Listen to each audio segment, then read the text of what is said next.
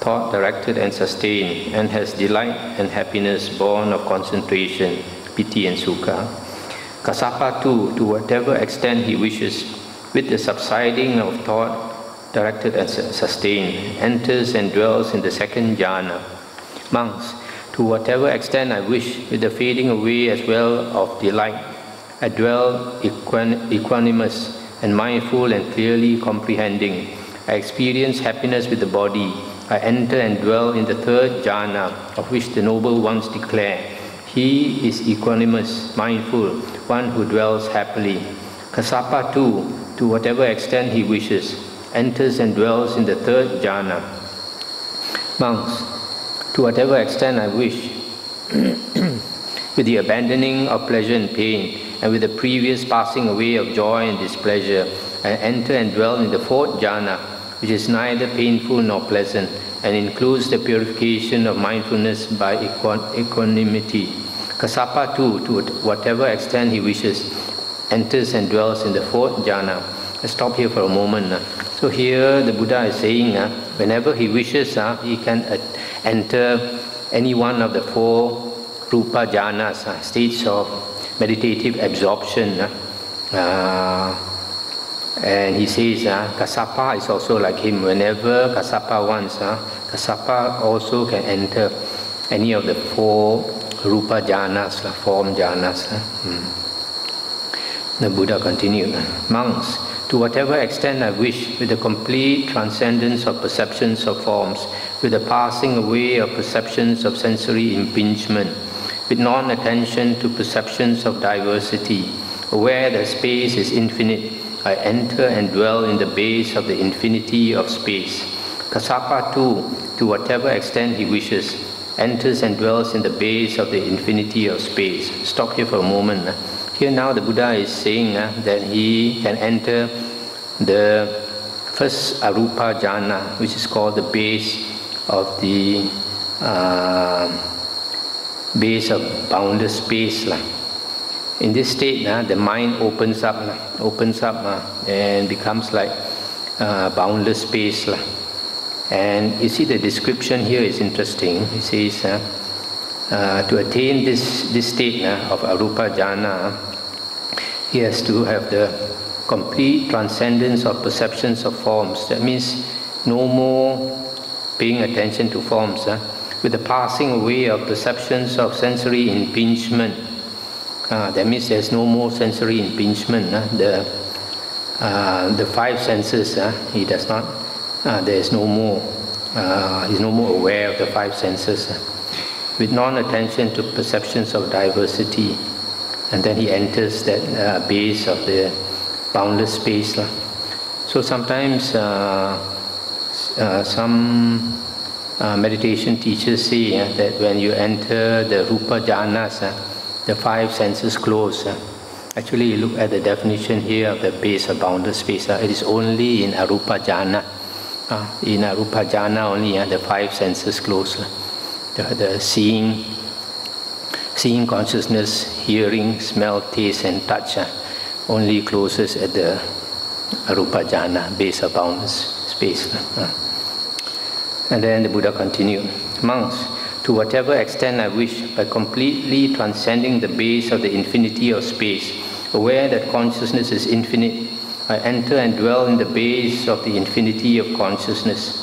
Kassapa too, to whatever extent he wishes, enters and dwells in the base of the infinity of consciousness. Monks, to whatever extent I wish, by completely transcending the base of the infinity of consciousness, aware that there is nothing, I enter and dwell in the base of nothingness. Kassapa too, to whatever extent he wishes, enters and dwells in the base of nothingness. Monks, to whatever extent I wish, by completely transcending the base of nothingness, I enter and dwell in the base of neither perception nor non-perception. Kassapa too, to whatever extent he wishes, enters and dwells in the base of neither perception nor non-perception. Monks, to whatever extent I wish, by completely transcending the base of neither perception nor non-perception, I enter and dwell in the cessation of perception and feeling. Kassapa too, to whatever extent he wishes, enters and dwells in the cessation of perception and feeling. Let's stop here for a moment. So now here, all the 4 arupa jhanas, the Buddha says, anytime he wants to, he can enter any of the arupa jhanas, states of formless meditative absorption. Formless meaning the object is no more form, not bounded by forms. The mind opens up. And then even the last one, cessation of perception and feeling. When perception and feeling ceases, consciousness also ceases, because perception and feeling always comes with consciousness. So when a person enters this state of cessation of perception and feeling, all the 6 senses stop. It's an extremely high state. If a monk can enter this state, I think it's written somewhere, when he comes out of it, he becomes either an anagamin or an arahant, because he realizes that the whole world is only within the 6 senses, 6 sense consciousness, like a dream like that. Monks, to whatever extent I wish, I wield the various kinds of psychic power. Having been one, I become many. Having been many, I become one. Stop here a moment. That means the body, one body can multiply into many bodies, and many bodies can come back to one. I appear and vanish.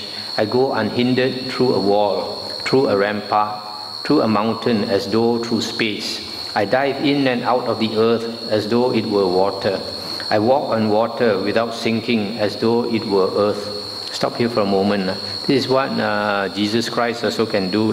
In the Bible, it's stated that Jesus Christ walked on the water. So Jesus Christ also was a great meditator.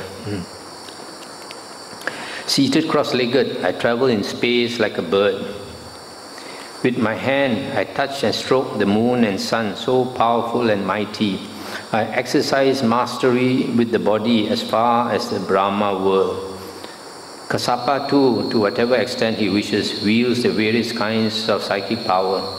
Here he says, I exercise mastery with the body as far as the Brahma world. Means that the physical human body, the flesh body, can fly as far as the Brahma world. That's the maximum. Monks, to whatever this just now what I just read just now is various types of psychic power. They are called this psychokinesis. Monks, to whatever extent I wish, with the divine ear element, which is purified and surpasses the human, I hear both kinds of sounds, the divine and human, those that are far as well as near. Kassapa too, to whatever extent he wishes, with the divine ear element, which is purified and surpasses the human, he hears both kinds of sounds. Monks, to whatever extent I wish, I understand the minds of other beings and persons, having encompassed them with my own mind.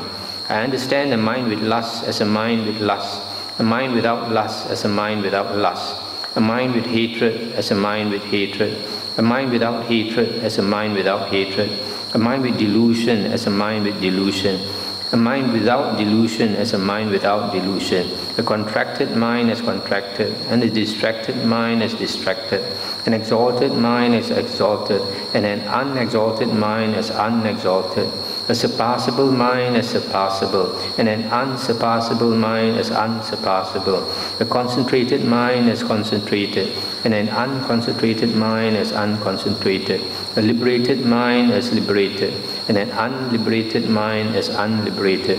Kassapa too, to whatever extent he wishes, understands the minds of other beings and persons, having encompassed them with his own mind. Stop here for a moment. So, in addition to the various kinds of psychic power, the Buddha says he, and similarly when Kassapa, they have the heavenly ear, can listen to the sounds of humans and as well as spirits, heavenly beings or ghosts and all that. And also he can read other beings' minds, can encompass their minds and know what other beings are thinking.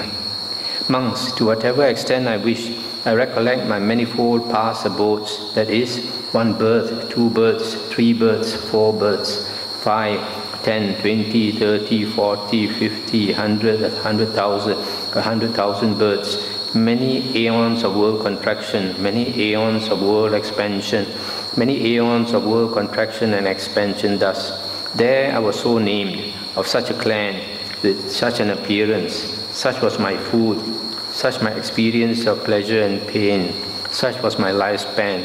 Passing away from there, I was reborn elsewhere, and there too I was so named, of such a clan, with such an appearance, such was my food, such my experience of pleasure and pain, such my lifespan.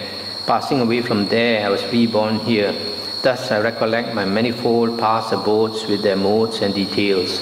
Kassapa too, to whatever extent he wishes, recollects his manifold past abodes with their modes and details. Monks, to whatever extent I wish, with the divine eye, which is purified and surpasses the human, I see beings passing away and being reborn, inferior and superior, beautiful and ugly, fortunate and unfortunate, and I understand how beings fare on according to their karma. Thus, these beings who engaged in misconduct of body, speech and mind, who reviled the noble ones, Aryans, held wrong view and undertook actions based on wrong view, with the breakup of the body after death, have been reborn in a state of misery, in a bad destination, in the netherworld, in hell. But these beings who engaged in good conduct of body, speech and mind, who did not revile the noble ones, who held right view and undertook action based on right view, with the breakup of the body after death, have been reborn in a good destination in the heavenly world. Thus, with the divine eye, which is purified and surpasses the human, I see beings passing away and being reborn, inferior and superior, beautiful and ugly, fortunate and unfortunate, and I understand how beings fare on according to their karma. Kassapa too, to whatever extent he wishes, with the divine eye which is purified and surpasses the human, sees beings passing away and being reborn, inferior and superior, beautiful and ugly, fortunate and unfortunate, and he understands how beings fare on according to their karma. Monks, by the destruction of the asavas, in this very life I enter and dwell in the taintless liberation of mind, liberation by wisdom, realizing it for myself with direct knowledge.